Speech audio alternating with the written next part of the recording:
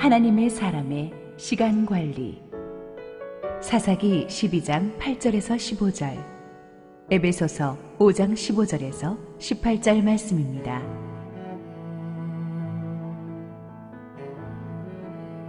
그 뒤를 이어 베들레헴의 입산이 이스라엘의 사사가 되었더라. 그가 아들 30명과 딸 30명을 두었더니 그가 딸들을 밖으로 시집 보냈고 아들들을 위하여는 밖에서 여자 30명을 데려왔더라. 그가 이스라엘의 사사가 된 지 7년이라. 죽음에 베들레헴에 장사되었더라. 그 뒤를 이어 스불론 사람 엘론이 이스라엘의 사사가 되어 10년 동안 이스라엘을 다스렸더라. 스불론 사람 엘론이 죽음에 스불론 땅 아얄론에 장사되었더라. 그 뒤를 이어 비라돈 사람 힐렐의 아들 압돈이 이스라엘의 사사가 되었더라. 그에게 아들 40명과 손자 30명이 있어 어린 낙이 70마리를 탔더라. 압돈이 이스라엘의 사사가 된 지 8년이라. 비라돈 사람 힐렐의 아들 압돈이 죽음에 에브라임 땅 아말렉 사람의 산지 비라돈에 장사되었더라. 그런즉 너희가 어떻게 행할지를 자세히 주의하여 지혜 없는 자같이 하지 말고 오직 지혜 있는 자같이 하여 세월을 아끼라. 때가 악하니라. 그러므로 어리석은 자가 되지 말고 오직 주의 뜻이 무엇인가 이해하라. 술 취하지 말라. 이는 방탕한 것이니 오직 성령으로 충만함을 받으라. 할렐루야. 우리 하나님께 감사와 영광의 박수를 올려드리겠습니다. 축복된 주일, 우리 따뜻한 봄날을 시작을 알리는 오늘 우리 교회 오신 여러분 모두를 축복하고 환영합니다. 우리 함께 기도하시고 하나님 말씀 보겠습니다. 사랑하는 아버지, 은혜를 감사합니다. 오늘도 우리 주님, 우리를 위해 예비하신 축복의 말씀을 기대합니다. 부족한 종을 온전히 하나님의 손 뒤에 감추시고 오직 우리 주님 기뻐하시는 말씀만 선포하시옵소서. 예수님 이름으로 기도했습니다. 아멘. 10여 년쯤 전인 것 같습니다. 그날 저는 구약성경 본문 한 군데를 붙잡고 설교 준비에 씨름하고 있었습니다. 당장 그 다음 날인 수요예배 설교할 본문이었는데 도대체 감을 잡을 수가 없었습니다. 목회자가 설교 준비할 때 정말 1년에 한두 번 정도 눈앞이 캄캄해지는 본문이 나타납니다. 특별히 강해 설교를 하고 있었는데 그 당시에 강해 설교란 것이 어려운 본문이라고 비껴갈 수 있는 게 아니에요. 그냥 해야 되는 거예요. 그런데 제게 주어진 그 주일 본문이 바로 오늘 읽은 사사기 12장 8절부터 15절 말씀이에요. 눈치 빠르신 분들은 오늘 본문 보시면서 이 본문을 가지고 무슨 설교를 하지? 라고 의아해하시는 분들이 많으실 것입니다. 정말 별 내용 없거든요. 사사시대 유명했던 입다의 뒤를 이었던 입산, 엘론, 압돈이라는 세 명의 사사들이 차례로 존재했다는 거 외에는 별 내용이 없어요. 단 7절에 이들의 스토리가 다 담겨 있습니다. 야속하게도 또 성경 주석들은 이럴 때는 짧게 언급합니다.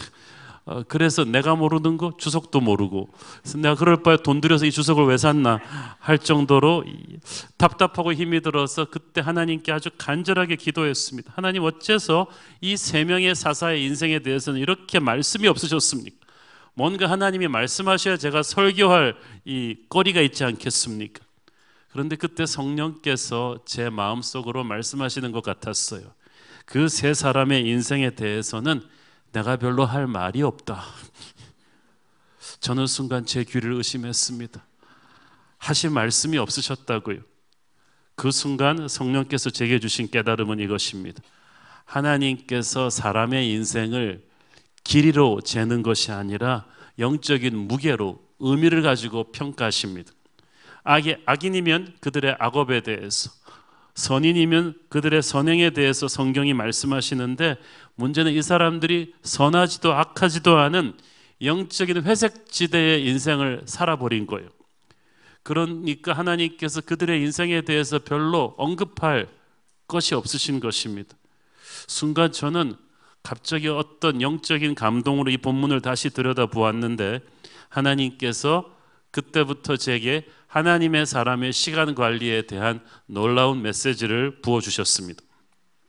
이 입산, 엘론, 압돈 이 세 명의 사사를 구약 성경학자들은 소사사라고 말합니다. 이 사람들이 키가 작아서 소사사가 된 것이 아닙니다. 능력이 없어서 소사사가 된 것이 아닙니다. 능력이나 조건은 사실 기드온이나 입다보다 더 많이 갖춘 인물들이었죠. 그런데 문제는 그들이 인생을 사는 태도가 잘못됐어요. 그래서 하나님이 보시기에 그들은 작은 인생, 소사사가 되었던 거예요. 첫 번째 사람 입산을 보십시오.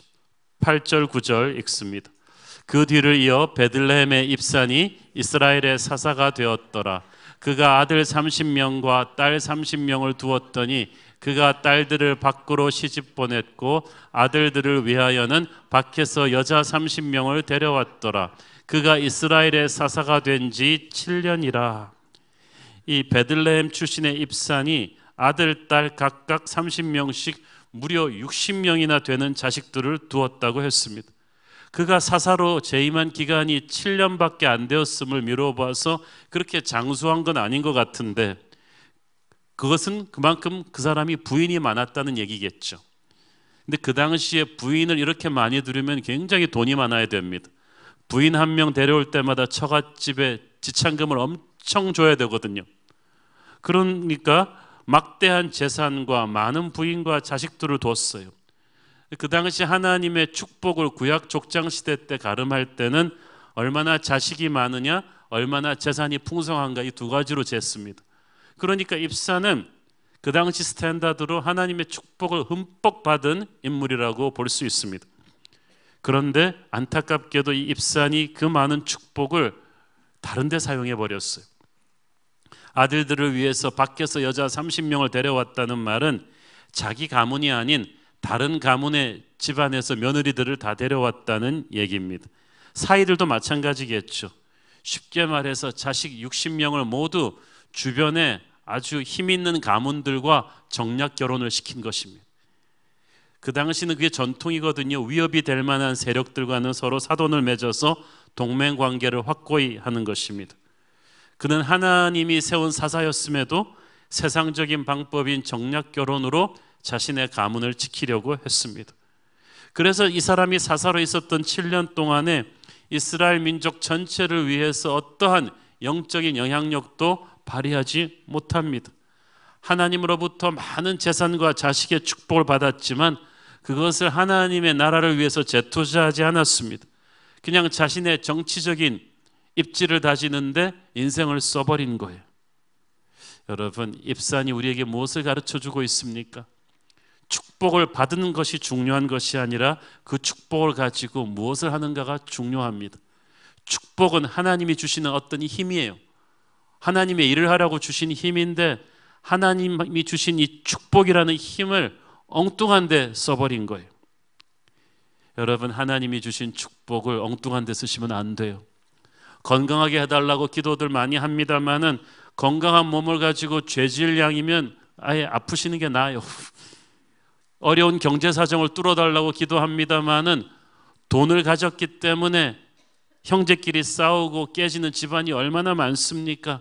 돈이 많아져서 죄짓고 형제끼리 싸울 양이면 차라리 가난한 게 낫죠. 똑똑한 자식, 잘난 자식 키우게 해달라고 기도하지만 그것이 여러분의 자존심을 만족시키는 그런 목적이라면 자식 교육 다시 생각하십시오. 얼마나 많은 크리스찬들이 입산처럼 하나님으로부터 받은 축복을 자기와 자기 가족의 안위를 위해서만 써버리고 맙니까?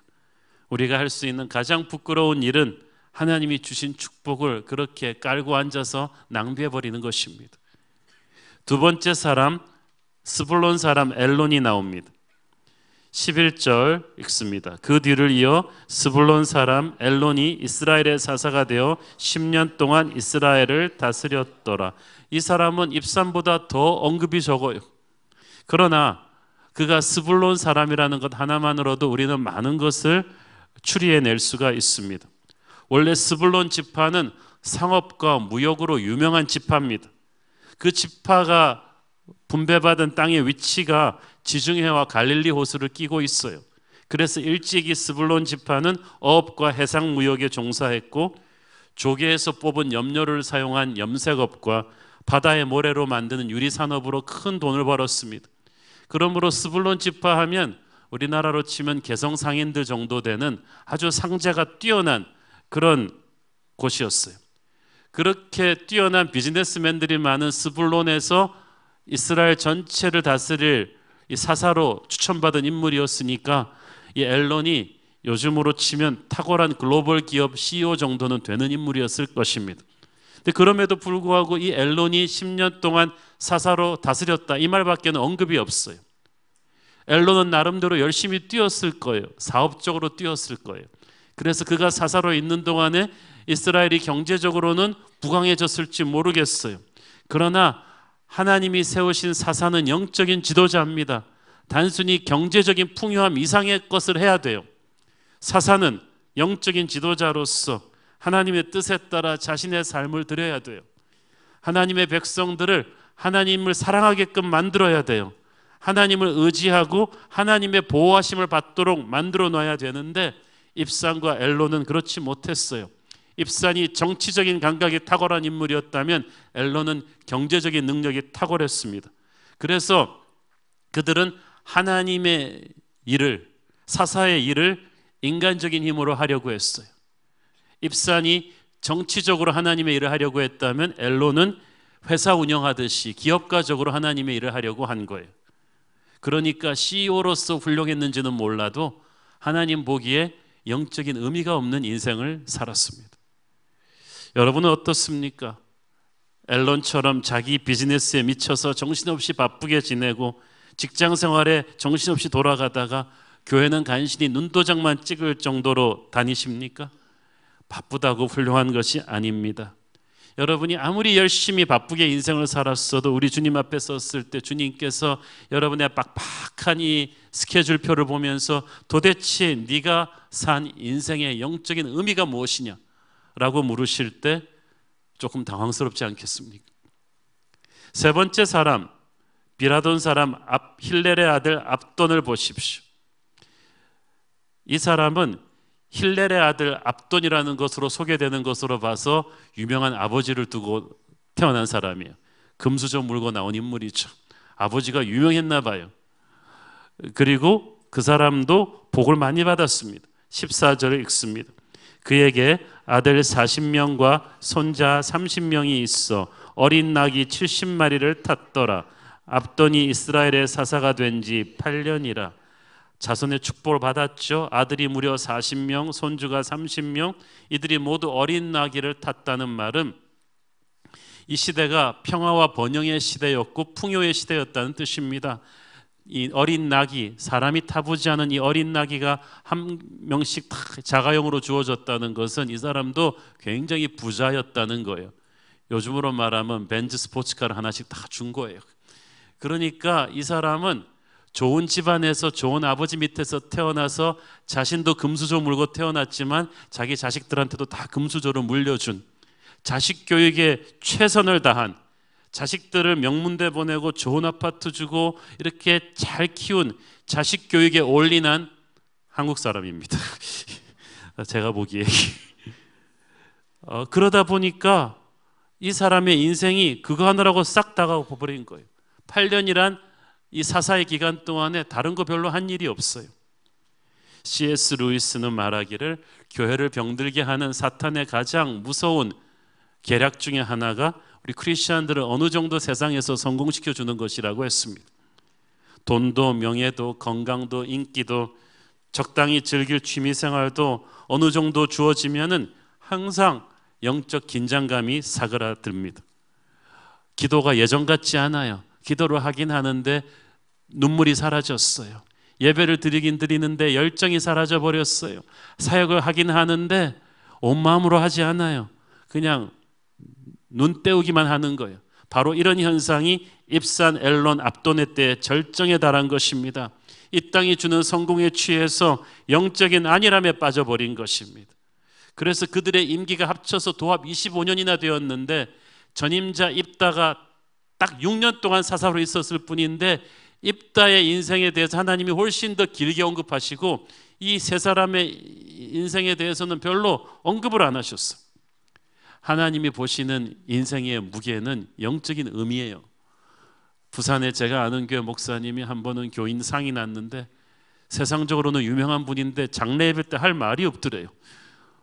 도대체 이분에 대해서 영적으로 할 말이 없어가지고, 그래서 자기 교회 재직들한테 나중에 그렇게 부탁했답니다. 여러분이 돌아가셔서 제가 가서 장례 예배를 집도할 때 가서 제가 좀 설교할 말이 있도록 그렇게 살아주십시오. 영적인 의미가 있어야 됩니다. 예수님의 공생애는 딱 3년, 전체 인생은 33년밖에 되지 않았지만 그분의 생애는 태산과 같아서 영적인 의미가 가득 차서 우리 인류의 운명을 바꾸어 놓지 않으셨습니까? 먼 훗날 주님 앞에 서는 날 하나님은 여러분의 인생의 길이가 아니라 영적인 의미를 물어보실 것입니다. 하나님의 사람에게 있어서 시간 관리는 영적 전쟁입니다. 오늘의 두 번째 본문인 에베소서 5장 15절 16절 보시겠습니다. 그런즉 너희가 어떻게 행할지를 자세히 주의하여 지혜 없는 자같이 하지 말고 오직 지혜 있는 자같이 하여 세월을 아끼라. 때가 악하니라. 자, 여기서 때가 악하니라, the days are evil 이렇게 돼 있는데, 보통 우리가 시간이 없다, 시간을 절약하자 이런 말은 하지만 시간이 악하다는 말은 잘 하지 않죠. 하나님이 보시는 시간에는 선과 악의 영적인 전쟁의 개념이 녹아 있습니다. 왜냐하면 죄 짓기 전에는 우리에게 영원한 시간이 주어져 있었어요. 영원한 생명이 우리의 것입니다. 그렇기 때문에 시간 관리 필요 없어요. 그런데 마귀의 꿰매 넘어가서 우리가 죄를 지은 다음부터는 하나님이 우리에게 영혼을 뺏어버리셨어요.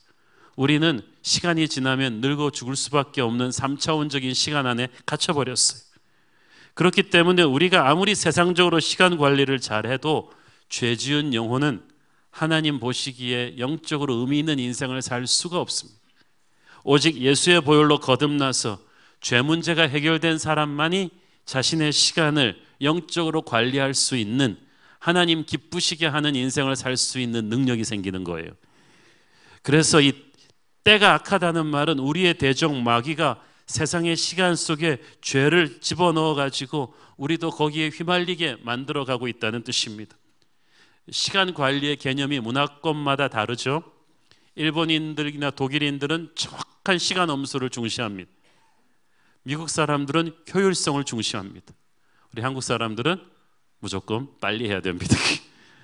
그런데 이 모든 시간 관리 철학의 배후에 마귀의 전략이 깔려 있어요.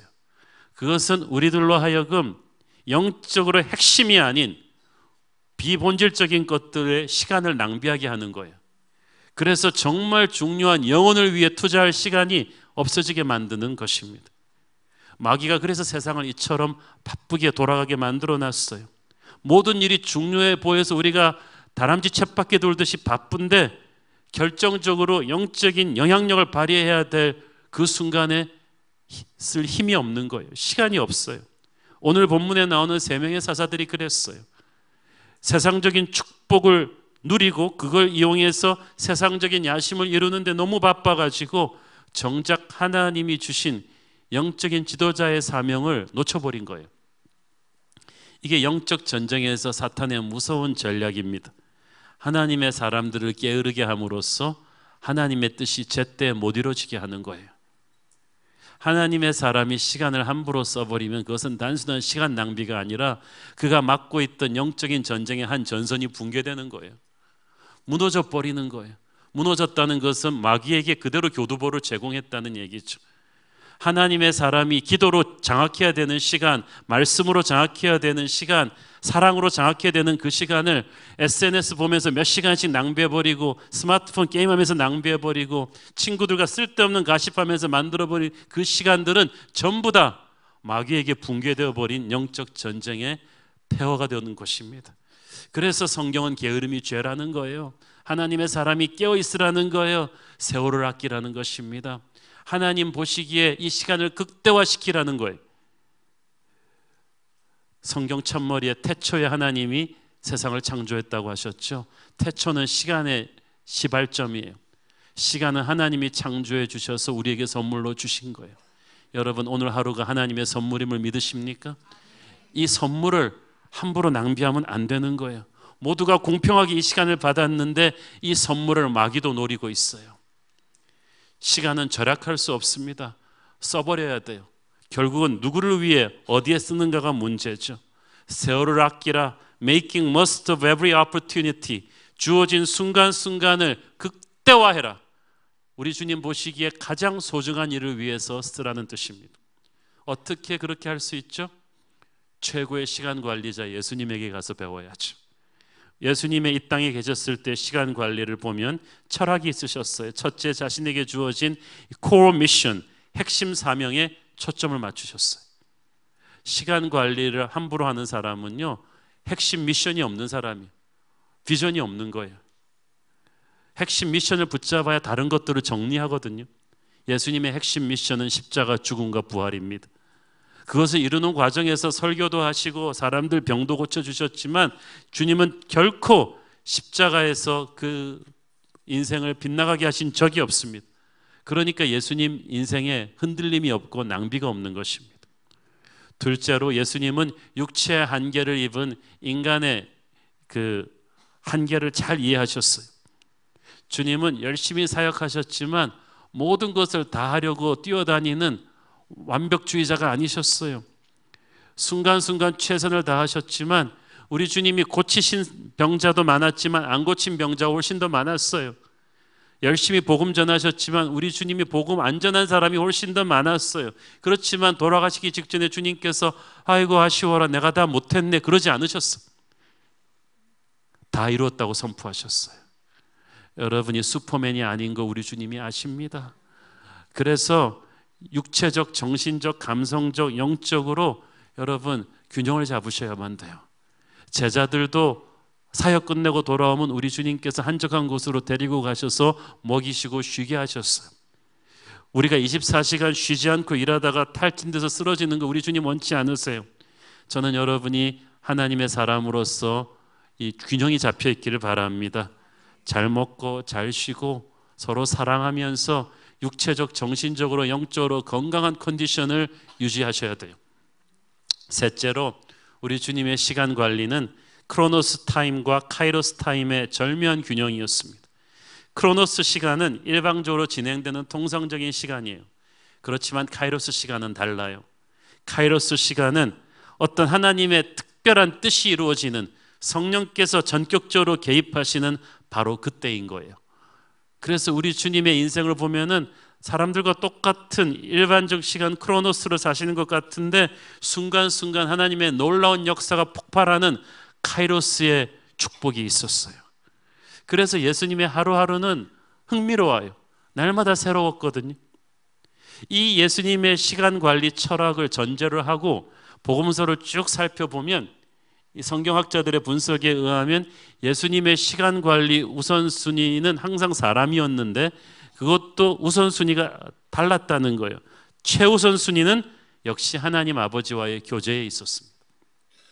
항상 우리 주님께서는 그 전날 아무리 바빠도, 아무리 그날 하루 할 일이 많아도 아침 미명에 조용한 곳에 가셔서 충분한 시간을 확보하고 하나님 아버지와 교제하셨습니다. 말씀과 기도로 충분히 교제하시지 않고는 다른 일들을 하시지 않았어요. 이것은 다른 일들과 경쟁할 수 있는 성질의 것이 아니라 바로 다른 모든 일들을 가능케 하는 엔지니어 기초공사였어요. 그래서 시간이 없어서 기도하지 못한다, 그건 다 핑계라는 거예요. 우리도 예수님처럼 삶의 최우선순위를 여기다 딱 맞춰야 됩니다. 여러분 시간 없으세요? 다니엘보다 더 바쁘셨어요? 거대한 제국을 통솔하는 총리 대신이면서 다니엘이 하루에 3번 시간이 남아서 그렇게 집중적으로 하나님과 교제한 거 아닙니다. 오히려 그 시간들이 다니엘의 탁월함의 비결이에요. 다니엘은 그때 하나님한테 과외받은 거예요. 힘을 받은 거예요. 그래서 그 3시간의 기도로 다니엘은 남보다 300배를 앞서간 것입니다. 19세기 초에 영국 국회의원의 3분의 1을 전도하고 노예 폐지법을 통과시키고 영국 사회를 완전히 바꾸어 놓은 하나님의 정치인 윌리엄 윌버포스는 평생을 아침에 깨면 2시간을 큐티에 바쳤습니다. 말씀과 기도에 집중한 거예요. 그렇게 하나님과 동행하며 날마다 자신의 영성을 업그레이드 하는데 투자하면 여러분은 예수님처럼 승리하는 인생을 살게 될 것입니다. 예수님의 시간 관리 두 번째 우선순위는 예수님의 곁에 가까이 있었던 제자들에게 집중하시는 것이었습니다. 우리가 12제자들 하면은 예수님을 속속인 미성숙한 사람들이었다는 선입관이 있습니다. 물론 그런 면도 있지만 꼭 그렇지만도 않아요. 이 12제자는 그래도 순수한 긍정적인 믿음으로 주님을 격려했던 사람들이에요.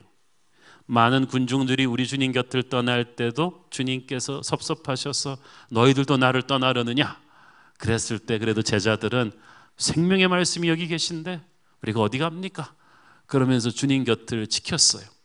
그래서 우리 주님 보시면은 항상 이 12제자를 어디든 데리고 다니시고 특별히 베드로, 요한, 야고보, 이너서클 이 아주 핵심 측근들이 있었어요. 그렇게 그들을 부족하지만 그들을 통해서 힘을 받으시고 또 그들에게 제자 훈련을 시키셨어요. 예수님은 수많은 군중들에게 사역하셨지만 결국 핵심 엑기스의 투자는 이들에게 하셨고 이들을 통해서 세상을 또 변화시켰습니다. 여러분도 여러분의 그 영적인 이너서클을 잘 관리하셔야 돼요. 시간 관리의 핵심은 이상한 사람들을 여러분의 이너서클에서 빼는 것입니다. 부정직하고 불평불만하는 사람, 여러분을 하나님으로부터 멀어지게 하는 사람을 계속 포함시켜 놓으면 안 돼요. 가룟 유다도 그래서 하나님이 나중에 빼버리신 거예요. 여러분의 이너서클을 믿음의 사람, 순수한 비전의 사람들로 정리를 하십시오. 바울도 보면은요, 그 핵심 이너서클에 디모데, 실라, 아리스타고 같은 사람들이 있어서 물론 바울이 제자 훈련 시켰지만 동시에 바울의 동역자가 되어서 믿음의 동지들이 되어서 평생 간 사람들이었어요. 이런 사람들이 예수님 옆에 있었듯이 우리 곁에도 필요합니다. 예수님의 시간 관리 세 번째 우선순위는 연약하고 영적으로 방황하는 사람들이었습니다. 이 변두리 인생들을 예수님이 의외로 딱 붙잡으셔서 집중하셨어요.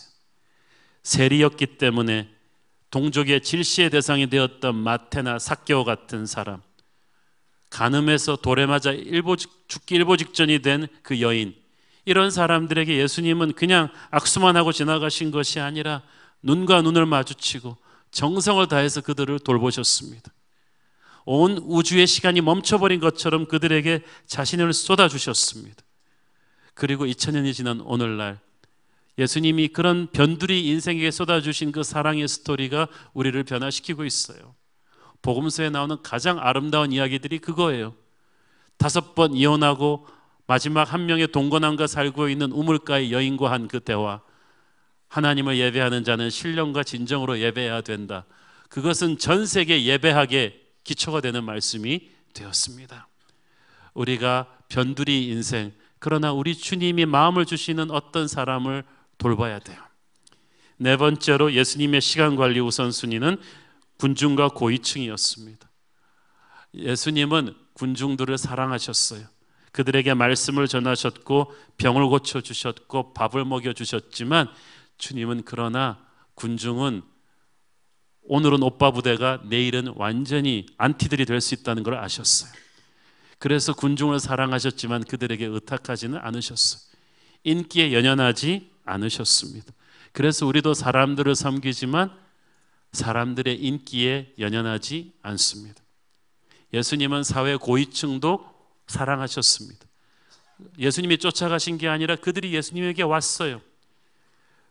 바리새인 지도자 니고데모, 로마의 백부장, 회당장 야이로, 부자 아리마대 요셉, 이런 사람들이 영적인 공허함을 느끼고 주님께 왔을 때 주님은 그들을 특권층으로 대한 것이 아니라 한 명의 목마른 영혼으로 대해서 사랑을 주셨습니다. 결국 그들에게 준 사랑이 영향을 미쳤어요. 그들이 높은 지위에 있었기 때문에 그 파급 효과가 컸어요. 자, 우리가 이것을 명심하고 우리의 시간을 어떻게 쓸 것인가를 결정을 해야 됩니다. 오래전에 LA 모자이크 교회의 얼윈 맥마너스 목사님이란 분을 제가 사귀게 되었습니다. 이분이 하나님의 순간을 붙잡아라라는 책을 쓰고 설교를 하셨는데 제가 너무 감동적으로 들었어요.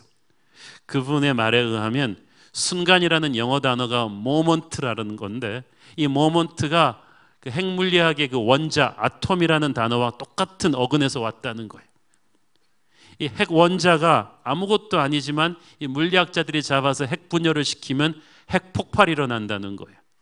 마찬가지로 이 모먼트, 우리에게 주어지는 순간순간이 아무것도 아니지만 하나님의 사람이 붙잡으면 엄청난 하나님의 역사가 일어나는 카이로스 순간이 된다는 거예요. 예수님을 믿기 전에 우리는 세상 사람들처럼 그냥 흘러가는 일방적인 시간 크로노스를 살았습니다. 그러나 예수님을 만나고 난 뒤부터, 시간의 주인이신 예수님이 우리 안에 사시는 그 순간부터, 그 주님과 동행하면서부터 달라졌어요. 이제부터 우리에게 다가오는 순간순간은 예수님이 개입하시고 주관하시는 영적인 의미가 있는 카이로스의 순간들로 가득해요. 우리가 오늘 일어나서 만나게 되는 사람, 읽게 되는 책, 이런 것들이 다 우연이 아니라는 거예요. 어느 구름에 축복의 비가 들었는지 모르기 때문에 우리가 영적으로 깨어있으면 우리에게 오는 이 엄청난 축복의 잠재력이 담긴 순간을 터뜨릴 거라는 것입니다. 그래서 우리가 예수님의 시간 관리 우선순위를 보면서 우리에게 주어진 이 카이로스 순간을 붙잡아야만 됩니다. 첫째로 예수님은 하나님과의 교제에 가장 최우선 순위를 두셨다고 했죠. 하나님께서는 물론 우리가 날마다 주님과 교제하기를 원하십니다마는 특별하게 하나님을 만나는 예배 자리로 우리를 끌어당기는 때가 있습니다. 2000년 전 동방박사 세 사람에게 하늘의 별을 통해서 하나님이 초대하셨어요. 그래서 그들은 바로 순종해서 2000km를 달려와서 아기 예수를 경배했어요. 그것이 그들의 인생을 바꿉니다. 사무엘이 미츠바로 모여라, 미츠바 대성회로 이스라엘 백성들을 콜했습니다. 바빠서 못 가요. 그 사람들은 영혼의 자리에서 멀어진 거예요.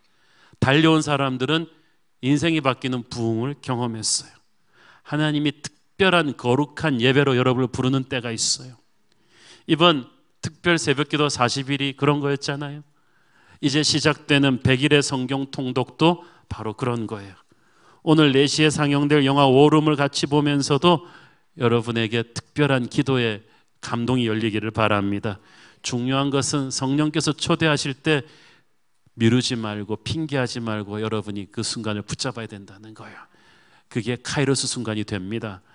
또 여러분에게 디모데가 바울 만나듯이 새로운 영적인 세계로 인도해 줄 영적인 스승이 나타난다면, 그런 책이 보여진다면 주저하지 말고 미루지 말고 그 순간을 붙잡으세요. 인생이 타이밍인데 영적인 배움의 순간이 항상 있는 게 아니에요. 그때를 붙잡아야 돼요. 20여 년 전에 제가 LA 교포교회에서 전도사 시절에 LA 교포 그 신문 한국일보에 광고가 났어요. 한국 두란노서원에서 낸 광고인데 1.5세 교포 목회자들 40명을 한국으로 두란노서원에서 초대할 테니 비행기표만 사서 오면 한국의 10대 교회 목사님들을 다 만나게 해주고 그 교회를 방문하게 해주는 목회 워크숍을 시켜주겠다는 거예요. 그래서 저는 그걸 딱 보는 순간 성령님의 카이로스 초대라는 걸 느꼈어요. 그래서 바로 전화를 했는데 제가 그때 아직 전도사였거든요. 전도사는 안 된다는 거예요. 그런 말이 신문에 없는데, 목회자로 그랬는데 그건 안 된다 그래갖고 우겨가지고 했어요. 그것도 30대 30살 이상의 전도사인데 그때 제가 29이었거든요. 그래서 그런 말이 어딨냐. 그래서 그것도 하고, 그런데 문제는 제가 갔다 오는 그 시간이 우리 큰애가 태어나기 일주일 전이에요. 그래서 그 시간을 알 수가 없잖아요. 그래서 제가 머리를 긁다가 아내한테 그랬습니다. 내가 올 때까지 기다려야 된다. 참아야 된다. 그리고 비행기 표를 이제 샀어요. 근데 또 애가 태어나고 일주일 후에 제가 또 목사 안수고시를 보게 돼 있어요. 그런데 그것도 뭐 상관이 없었어요. 이건 내가 가야 되는 거예요. 그래가지고 가서 한국교회 곳곳을 다녔는데 같이 간 다른 전도사님 목사님들은 건물 구경할 때 제 관심은 딱 하나, 이 교회들을 만든 이 목사님들의 영성을 제가 배우고 싶었어요. 그래서 그 명성교회에 가서 김삼환 목사님 만날 때는 기도했어요. 주님, 제게 새벽 기도의 영성을 주시고, 조용기 목사님 만날 때는 주여 이 교회 성령의 불을 제게 주셔서, 사랑의 교회 갔을 때는 이 제자 훈련의 스피릿, 90년대 초반이기 때문에 그 교회들이 다 피크에 있던 때였어요. 온누리교회 가서는 말씀과 성령의 기름 부심을 제게도 주시옵소서. 그래서 그 목사님들 나오셔서 우리한테 말씀하실 때 제가 항상 앞자리 앉아가지고 끝까지 질문하고 책 읽고 그렇게 열흘을 보냈어요. 그리고 그것이 끈이 되어서 그 어르신들과 지금도 제가 인연이 있습니다. 하나님께서 그때 선포했던 그 꿈대로 저를 넓혀오신 것을 제가 지금도 발견합니다. 몇 년 뒤에는 시카고 윌러크 크릭 교회에서 똑같은 세미나가 있어서 거기도 쫓아갔어요. 가서 그 닷새 동안에 남들 쉬는 시간에도 워크숍 다 짜가지고 저는 골든 맥도널드 목사님 세미나 이런 거 다 들어갔어요. 제일 앞자리에 앉았어요. 물 떠다 드렸어요. 그래갖고 그분이 저를 기억을 해요. 제게는 그 순간이 다시 오지 않을 카이로스 순간이었거든요. 그 뒤부터 평생 그렇게 살았어요. 신학교 공부가 아무리 바빠도 내가 사는 마을에 어떤 목사님이 오셔서 세미나를 하신다 그러면 전 쫓아간 거예요. 그러면 동료들이 신학교 공부도 바쁜데 그런데 왜 쫓아가냐? 아니야, 그 목사님은 나를 위해서 이 동네 온 거야. 그럼 나는 거기 가야 돼요. 또 엄청난 믿음의 책, 비전의 책이 나온다. 아무리 돈이 없어도 그 책을 내가 사야 돼. 그리고 읽어야 돼요. 그리고 기도해야 돼요. 그 부흥의 역사가 내게도 임하게 하여 주옵소서. 여러분의 인생도 그렇게 하십시오. 여러분의 눈앞으로 몰려오는 그 카이로스의 순간을 영적인 스승이 지나갈 때 놓치지 말고 붙잡기를 바랍니다. 상상을 못할 축복으로 연결시켜 줄 것입니다. 여러분 가까이에 있는 이너서클을 잘 정리하십시오. 여러분 주변에 다니엘의 새 친구들 같은 믿음의 친구들이 있기를 바랍니다. 아까 말씀드린 그 국회의원 윌리엄 윌버포스가 평생 그 외로운 싸움을 승리할 수 있었던 것은 그와 함께 평생 기도하고 말씀을 나누었던 클래팜 공동체의 10여 명의 믿음의 친구들이 있었어요. 그 사람들이 윌리엄 윌버포스를 철을 날카롭게 하듯이 강하게 해준 거예요. 저희 교회 내 여러분의 순모임이 그런 모임이기를 바랍니다.